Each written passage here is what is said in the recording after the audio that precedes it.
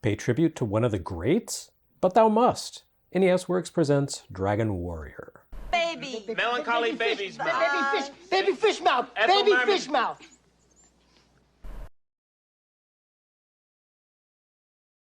This was supposed to be a Strider episode, but with the recent passing of Akira Toriyama, I decided to jump a little out of the proper chronological order in order to pay tribute to the game that he helped define and which launched in August of 1989 in America. You may know it as Dragon Warrior, but these days, in this more civilized era, we call it Dragon Quest.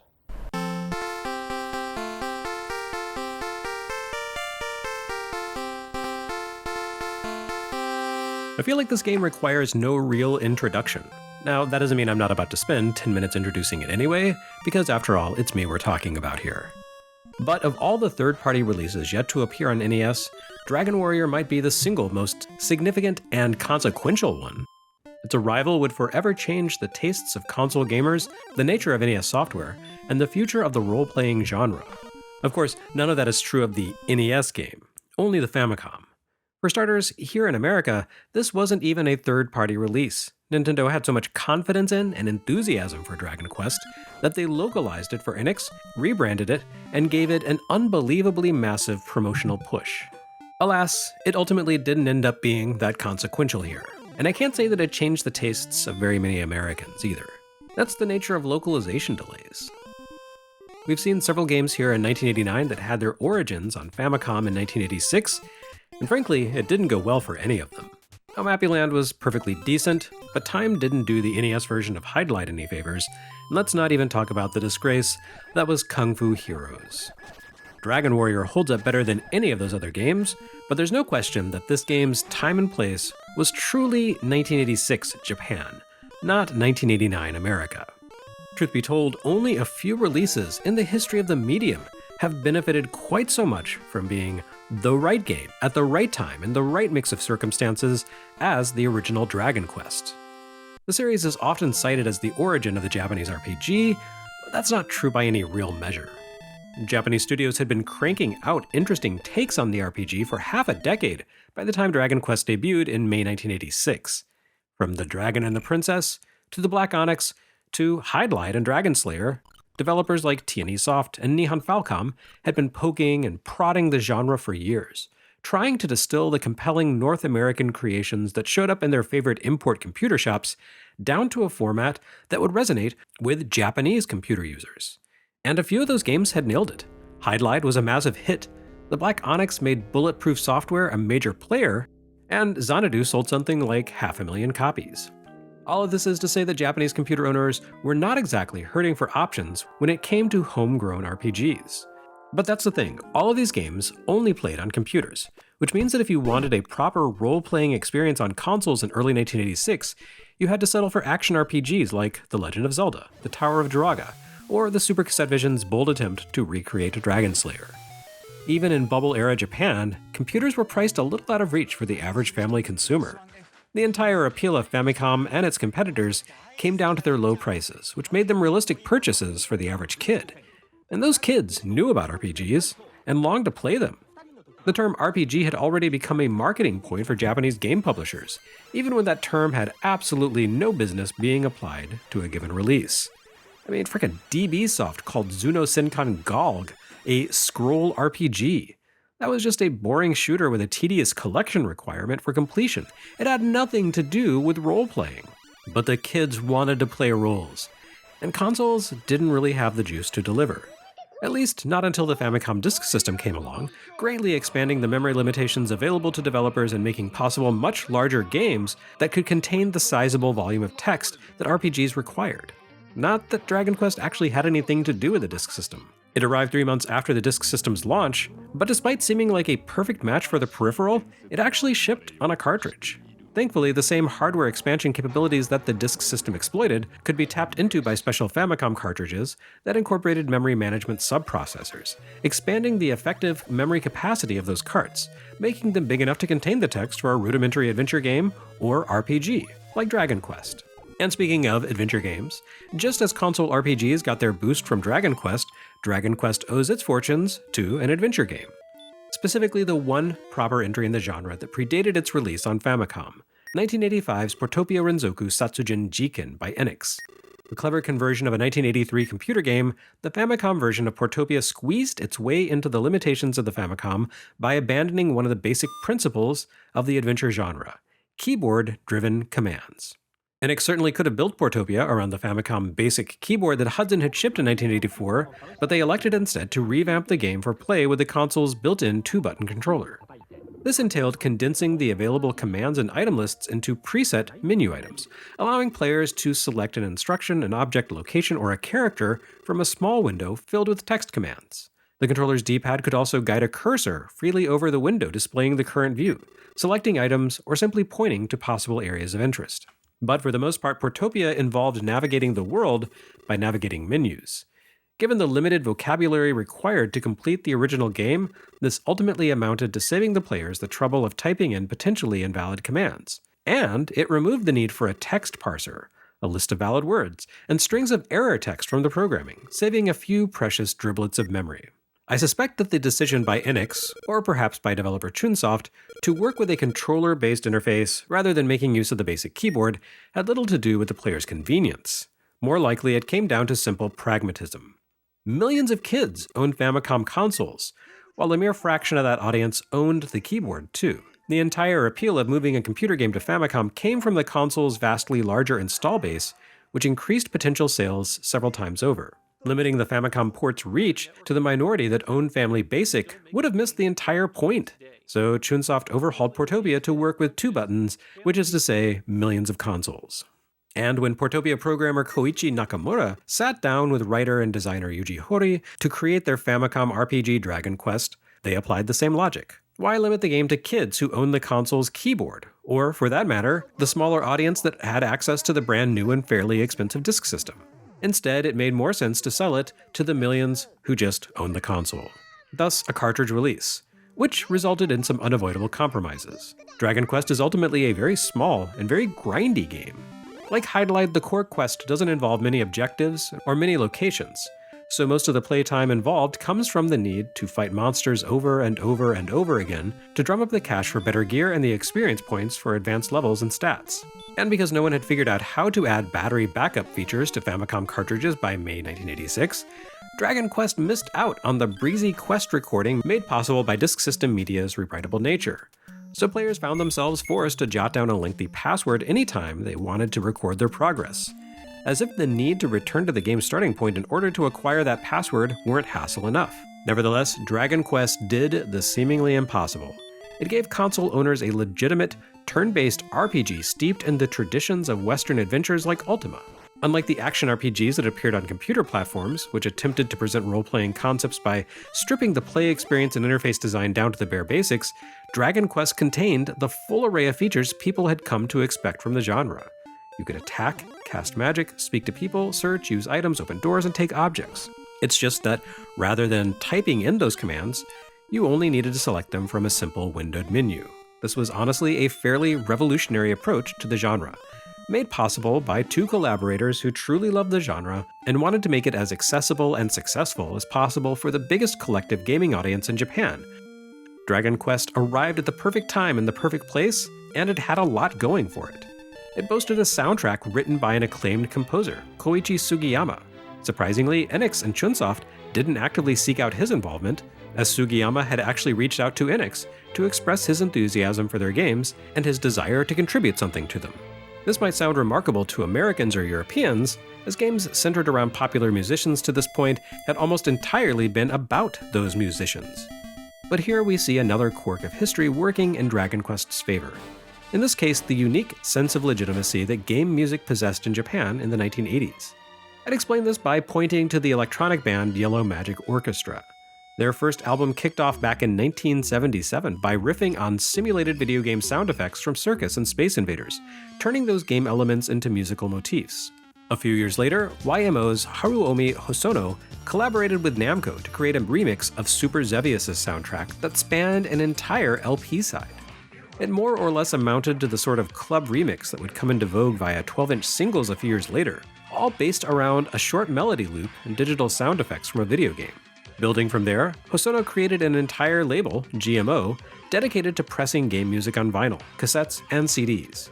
So Tsukiyama's interest in contributing to an NX game probably had less to do with any sort of deep abiding love for console games on behalf of the composer, a man already in his mid-50s by that point, and more to do with his recognition that games were a growing medium that begged for original compositions and had the potential to generate him a lot of money.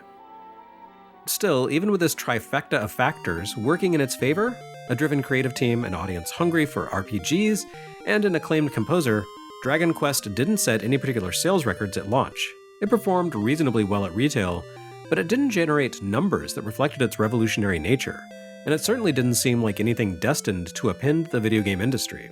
Thankfully for Enix, the game had one more factor working in its favor: acclaimed illustrator Akira Toriyama.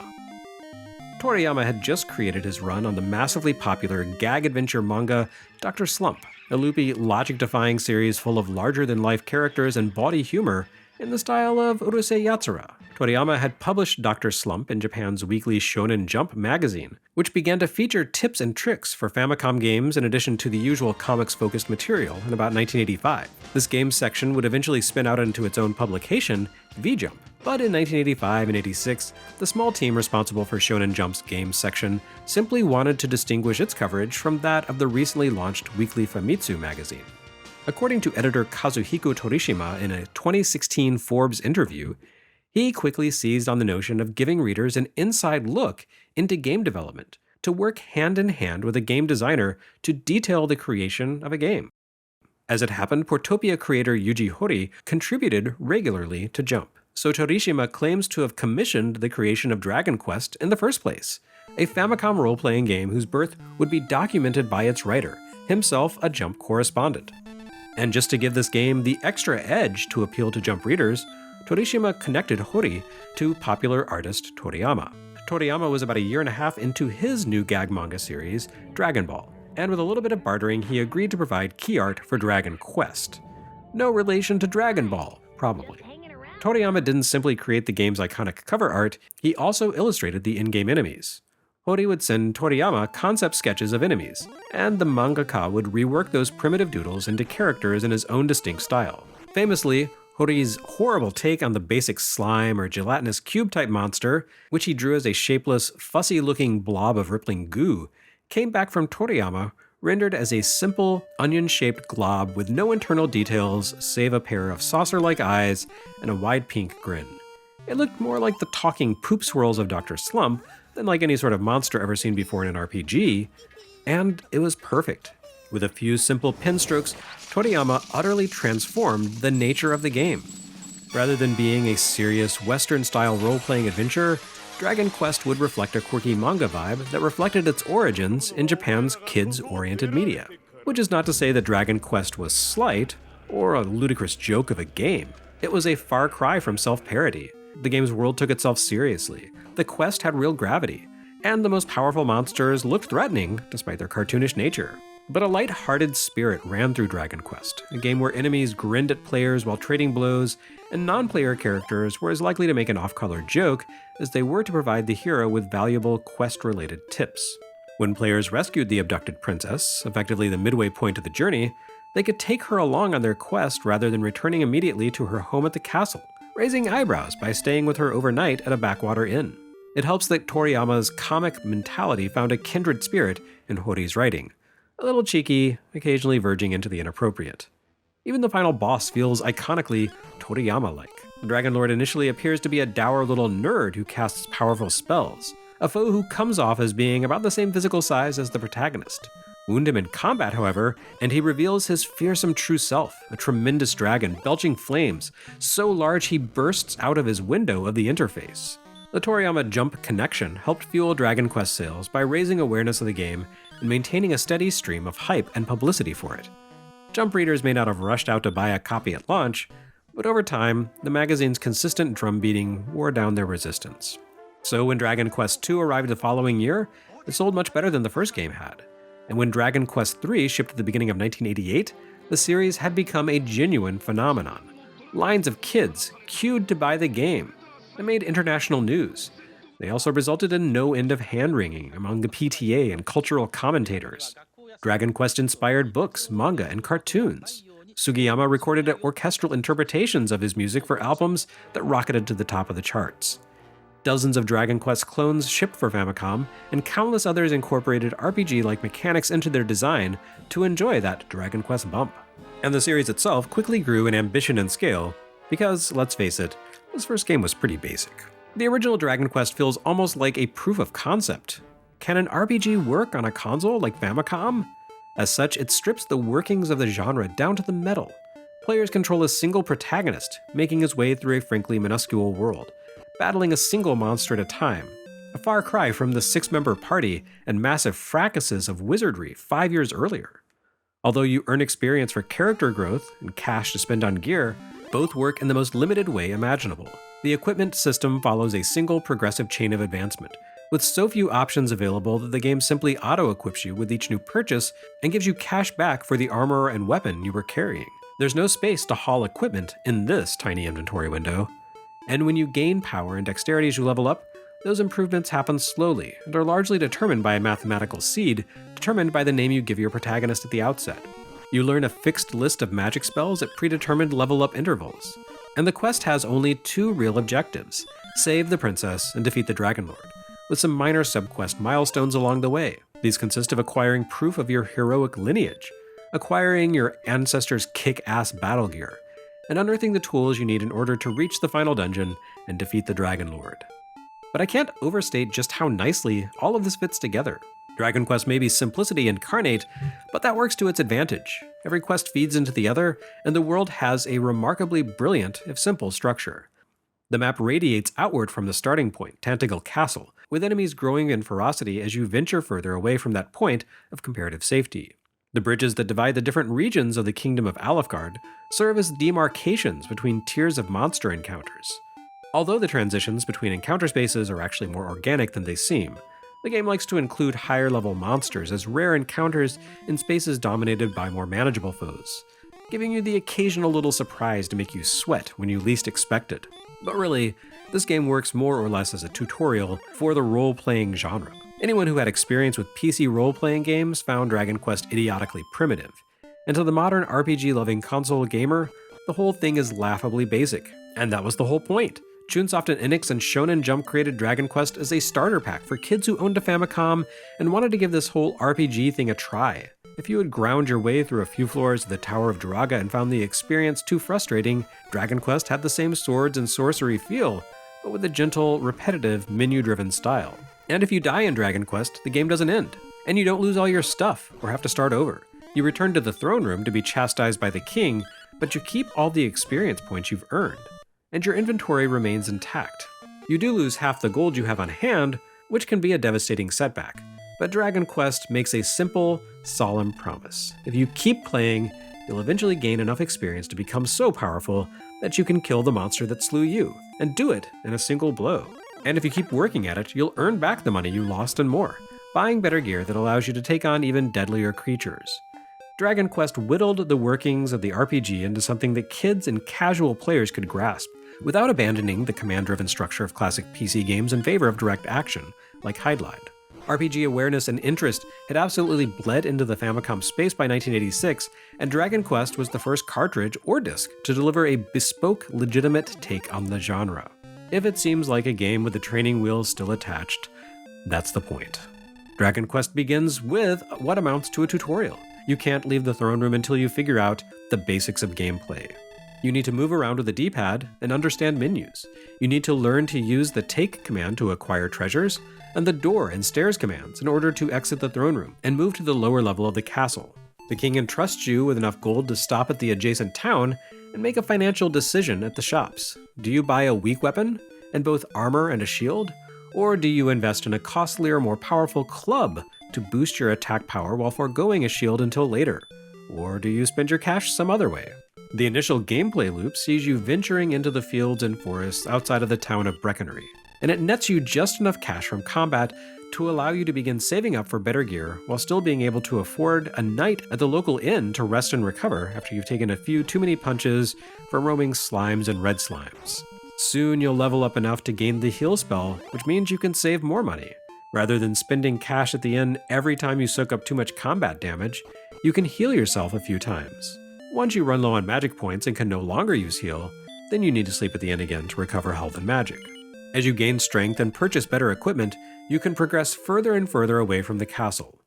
Eventually, your wanderings will lead you to a cave where a crucial secret is hidden, and then to new towns like Garanum and Cole, which you can use as bases of operation to battle stronger monsters and heal up at the local inns as needed. You slowly overcome your limitations, and as you do, you open up new paths. The world feels bigger than it is, at least at first, as though more discoveries always wait just around the corner. Sometimes those surprises can be nasty. Early in the game, you can forge your way through the poisonous swamp to explore a cave to the east of the castle, only to enter a cavern where you wander into a deadly dragon many times more powerful than you could possibly survive at that point. Or you may stumble across a town in the desert, which seems like it should be a welcome oasis, but proves to be a ruin overrun by profoundly deadly monsters, far stronger than those that roam the nearby wastes. Dragon Quest creates the impression of containing a remarkable amount of content, despite being an incredibly small game. The world contains barely more than a dozen different monster types, but each of them appears in multiple palette-swapped forms that hit harder while being more difficult to kill. And the zone system that defines the map disperses the varying tiers of enemies in a very economical way that guarantees a new, more challenging encounter always lies in wait once you gain the upper hand over the current lineup of foes. For example, you meet slimes and red slimes right out of the gate, but the third tier of slime, the metal slime, doesn't show up until many hours into the adventure. On the other hand, it takes a while before you encounter your first wyvern, but almost immediately after that, you'll stumble into its superior siblings, the Magi Wyvern and Star Wyvern. Even the bosses get upgrades in the late game. For example, the Golem becomes a Goldman. There's really about 5 hours of content in Dragon Quest, even though a playthrough takes 25 or 30 hours to complete. The slow pacing and incredibly limited party structure make this a tough game to revisit all these years later, but I don't think you can really come down too hard on Dragon Quest for that. It's become obsolete because so much has built and improved on its design. This became the foundation of an entire genre on Famicom and beyond. Again, the RPG was already poised to explode among Japan's console enthusiasts. Dragon Quest just happened to get there first, and its great design codified the workings of the genre. It inspired the Famicom RPG rush of 1987 and 88, which gave us games like Final Fantasy, Phantasy Star, and Megami Tensei. And it gave us the Metroidvania, as developers attempted to pick and choose elements of Dragon Quest to integrate into their action games. Sugiyama's Symphonic Records established the notion of composers owning their own work and releasing refined takes on it. And Dragon Quest itself became the basis for a long-running series that has firmed up into comfort food gaming for millions of Japanese fans. And 3 years later, it arrived in the US, with a new name and a massive campaign by Nintendo to turn the newly christened Dragon Warrior into as big a phenomenon here as it had been in Japan. What did Nintendo Power say? Really though, what didn't Nintendo Power say? The magazine pushed Dragon Warrior as hard as they had Super Mario Bros. 2 and Zelda 2. Nintendo clearly wanted this game to be as big a success in the US as it had been in Japan. Dragon Warrior's first mention in Nintendo Power actually appears as early as the first issue, which highlighted the mania around Dragon Quest III's launch in Japan. Half a year later, the magazine announced Dragon Quest's incipient US launch and rebranding as Dragon Warrior in a small sidebar which appears to have been belched out by a dragon. The promotion began in earnest the following issue, which included a small 2-page preview of Dragon Warrior that included a power meter review that amusingly was a little too honest about the game, considering the effort about to go into pitching it to American kids. I mean, would you put a game with such middling ratings on your Christmas list? Unless you were a weirdo like me, I mean. Nintendo's marketing team really rolled up its sleeves with the July-August issue of Nintendo Power, though. That magazine featured a mind-bending 12-page spread cheerleading the game. And while this feature didn't carry forward Toriyama's artwork, the editors commissioned Howard and Nestor illustrator Shuji Imai and living legend Katsuya Terada to embellish the piece and bring life to the staid-looking graphics sprinkled throughout the piece. You can't argue with names like that. A few months later, in the November-December 1989 issue, Nintendo Power published a massive Dragon Warrior strategy guide as a stapled-in supplement. And by massive, I mean 32 pages. An editorial blast rivaled only by the Super Mario Bros. 2 supplement included in the July-August 1989 issue. In addition to featuring more great Terada and Imai art, the pack-in guide provided an extensive breakdown of play mechanics, a complete list of spells, a detailed bestiary, general play strategies, and comprehensive maps to every town and dungeon in the game, including, yes, the Dragon Lord's lair where the game ends. And Nintendo Power still wasn't done with Dragon Warrior. The March-April 1990 issue included a 4-page text adventure, a dense choose-your-own-adventure feature that attempted to map out the decisions and actions involved in playing through the game. An interesting concept for a magazine feature, but probably too visually dull amidst the chaos of Nintendo Power layouts to appeal to kids with brains addled by sugar and caffeine. Indeed, none of Nintendo Power's efforts really paid off. Dragon Warrior sold okay, I guess, but not up to projections. You can tell because a year later, the magazine began giving away copies of Dragon Warrior as a subscription incentive. So here you have a game that retailed for $40 or $50 being thrown in as a freebie to drum up $20 magazine subscriptions. That's not good economics, and it speaks to an unbelievably massive pile of unsold cartridges collecting dust somewhere. Giving them away to readers certainly does beat burying them in a New Mexico landfill, but it doesn't create a sense of value among fans. For a long time, Nintendo Power's promotion had the unfortunate side effect of rendering Dragon Warrior nearly worthless among NES fans, a game that sat at the bottom of the dollar bin for years. These days, with speculators and scalpers driving the price of old games into the stratosphere, the sticker price on Dragon Warrior still pales in comparison to its sequels. It can be moderately expensive if you want a complete copy with all the add-ons, but by and large, it's the affordable one in the series. This seems an unlikely fate for a game that Nintendo put its full marketing force behind. A game that was groomed in every respect to become a blockbuster in the US the same as it had been in Japan. All of this Nintendo Power promotion came in addition to the most expensive cartridge and elaborate packaging a console game had ever seen in the US. Dragon Warrior lacked Zelda's die-cut box and gold cart, but it made up the difference with substance. It included a massive manual, a fold-out poster, an explorer's handbook, and a reference card for basic commands. Despite being many times simpler than a PC RPG of the era, Nintendo packaged it like one, and they localized it that way too. We've seen a lot of games undergo changes from Famicom to NES by this point, ranging from the loss of save features and music enhancements in Metroid and Kid Icarus, to the removal of half the damn game in Mystery Quest. With Dragon Warrior, we have a rare case of an NES cartridge being massively upgraded from the Famicom original, and rightly so. By the time Dragon Warrior arrived, Dragon Quest had reached its much-loved third entry, which included a tremendous number of improvements over the first game. When Nintendo took Dragon Quest under its wing as a first-party title, they incorporated many of these upgrades into the cartridge. Well, when I say Nintendo, I actually mean HAL's Satoru Iwata, yet another major figure in gaming history to have had his hands on this game. In a rare instance of Nintendo using its monopoly over cartridge production for good, rather than just to put the squeeze on third parties, Dragon Warrior made the jump from its original C and ROM cart to a full-featured MMC1 identical to the one used for Zelda and Zelda 2. That includes the battery backup feature, removing the need for players to jot down a lengthy mantra every time they wanted to record data. Players still had to hoof it to the king in order to save, because the Dragon Quest series would make a tradition of forcing players to perform a bit of drudgery in order to play, but still. This was, the fourth NES cart to include a battery? It was kind of a big deal. The move to MMC1 also added greater memory capacity to the mix. This allowed Iwata to program in radical new features like side and back art for the player's sprite, so the hero wouldn't always face outward from the screen regardless of his current movement. Mostly though, the extra memory capacity allowed Nintendo's localization team to grace the US release with an elaborate new script. This might actually qualify as the first true localization effort for a Japan to English release, an attempt to give the script a personality rather than simply turning Japanese words into English words. Most console translations to this point qualified as excellent if they managed to include competent grammar. Occasionally you'd see punchy English scripts, like in Monster Party or Golvelius, or genuinely readable ones, as in Phantasy Star for Master System. Dragon Warrior was something else entirely. Nintendo's localizers rewrote the script to feel, quote-unquote, medieval. The dialogue and flavor text unfurl in what is supposed to be Middle English, which of course isn't the case at all. It's not even authentically Shakespearean. Dragon Quest reads somewhere between the King James Bible and Stan Lee's hokey Thor dialogue. But it works. It fits the swords and sorcery tone of the world while being self-consciously goofy enough to work with Toriyama's whimsical monster designs. The text is overall more straight-laced than the Japanese original, lacking the puns and whimsy of Hori's writing, but I can't really find fault with it. Back in 1989, it marked one of the first efforts by a game publisher to treat localization as something more than a minor nuisance to be resolved with as little effort as possible. Dragon Quest localizations would eventually veer back toward the original Japanese tone, beginning in earnest with the DS remake of Dragon Quest IV, much to the annoyance of people who hate reading exaggerated English language accents and find puns detestable. Personally, I love both approaches, and Dragon Warrior's text and its gorgeous custom screen font went a long way toward reinforcing Nintendo's premium branding for the game. This wasn't just a dumb game about saving another princess. This was a smart, Shakespeare-like quest in which saving the princess was merely the halfway point of your quest. This was art, baby, with a capital A.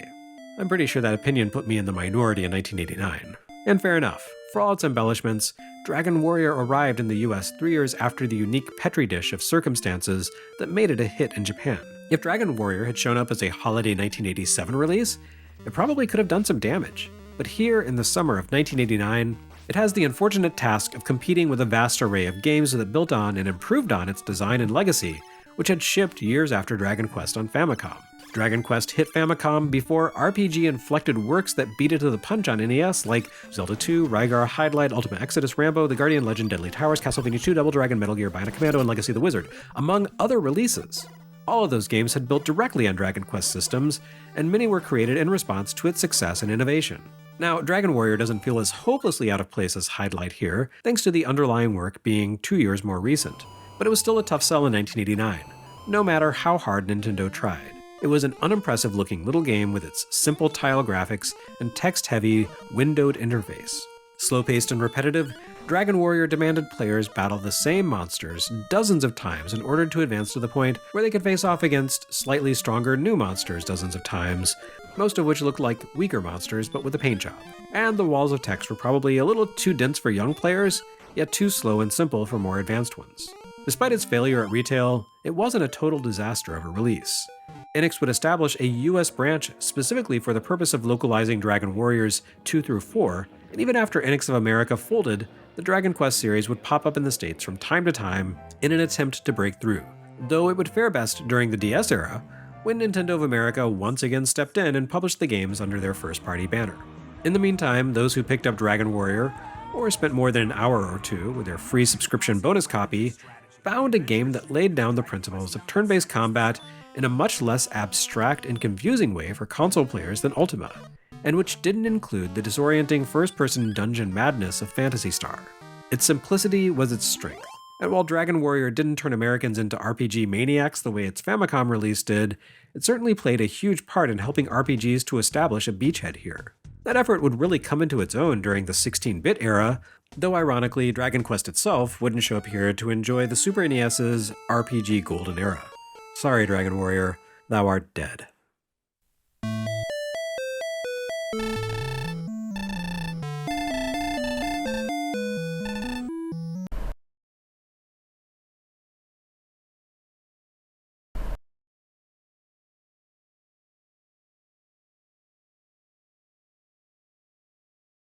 Next time on NES Works, we take another stab at that whole Eurasia thing.